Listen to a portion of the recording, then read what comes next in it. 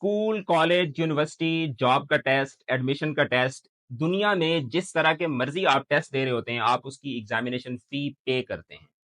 जब आप एग्ज़ामिनेशन फ़ी पे करते हैं, तो उस फ़ी के अंदर सेंटर का खर्चा, इन्विजिलेटर्स का खर्चा, पेपर चेक करने वालों का खर्चा, आपका जो रिज़ल्ट कार्ड बनेगा, उसकी प्रिंटिंग का खर्चा, वो तमाम का तमाम खर्चा उस चीज़ के अंदर शामिल होता है। दुनिया का कोई भी इदारा इतना बेवकूफ़ नहीं है कि अपनी जेब से खर्चा करके आपका टेस्ट ले रहा हो। जब आपने किसी भी एक पर्टिकुलर पेपर के लिए फ़ी पे की है, तो उस फ़ी के अंदर जिस पेपर के ऊपर आपने अपना पेपर अटेम्प्ट किया है, उस पेपर के पैसे भी आपने पे किए हैं। तो अगर आपने उस पेपर के लिए पे किया है, तो इसका मतलब ये है कि वो पेपर आपकी प्रॉपर्टी है और वो पेपर चेक होके आपको वापस मिलना चाहिए। सिर्फ़ इसलिए नहीं कि आप उस पेपर को बेच के उससे पतीसा खा सकें या कुछ समोसे पकोड़े खा सकें, इसलिए आपको मिलना चाहिए ताकि आपको इस हवाले से पता चले कि आपने कहाँ-कहाँ पर कौन-कौन सी मिस्टेक्स की हैं और आप अपनी उन मिस्टेक से लर्न करते हुए अगले टेस्ट के अंदर, अगले पेपर के अंदर, अगले एग्ज़ाम के अंदर आप अपने आप को इम्प्रूव कर सकें।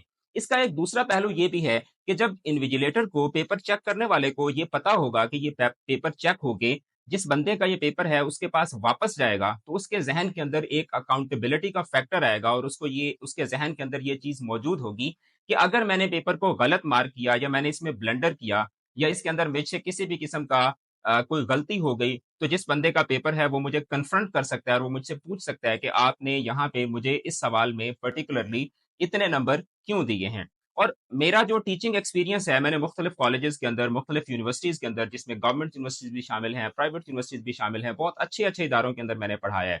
मैंने अपने ज़ाती एक्सपीरियंस में ये चीज़ देखी है कि जिन इदारों के अंदर ये पॉलिसी मौजूद होती है कि पेपर चेक होकर बच्चों को एटलीस्ट दिखाए जाएँगे, वहाँ पर मार्किंग का क्राइटेरिया बेहतर होता है और वहाँ पे असेसमेंट का जो स्टैंडर्ड है, वो बाकी इदारों की निस्बत बेहतर होता है। बहुत सारी यूनिवर्सिटीज़ के अंदर बच्चों के साथ ये एक्सप्लॉइटेशन होती है और कॉलेजेस के अंदर और स्कूल्स के अंदर भी होती है कि बच्चे को ये पता ही नहीं होता कि उसके नंबर किस-किस बुनियाद पर लगे हैं, उसका पेपर उसको नहीं दिखाया जाता।